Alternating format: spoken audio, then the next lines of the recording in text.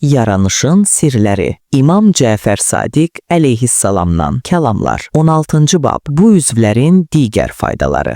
Səs orqanları ilə danışmağı və hərfləri tələffüz etməyi sənə öyrətdim. Amma bu üzvlərdə başqa faydalar da gizlənmişdir ki, sən onlara çox möhtacsan. Nəfəs borusu havanın həmişə cərəyan etdiyi yol və qəlbi sərinlədən bir vasitədir. Əgər bu yol bir an bağlansa, insan ölər. İnsan dil ilə dadları bir-birindən ayırır.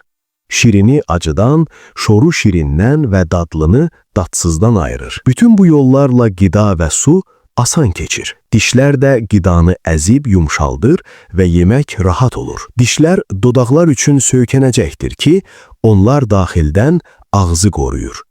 Şübhəsiz ki, dişi olmadığına görə dodaqları əsən kəsləri görmüsən.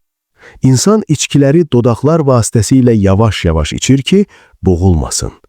Dodaqlar ağız üçün bir qapı kimidir ki, istədiyi vaxt açır və istədiyi vaxt bağlayır. Bu dediklərimdən sonra məlum oldu ki, hər üzvün müxtəlif faydaları vardır, necə ki, birinin vasitəsilə bir neçə iş görmək olar.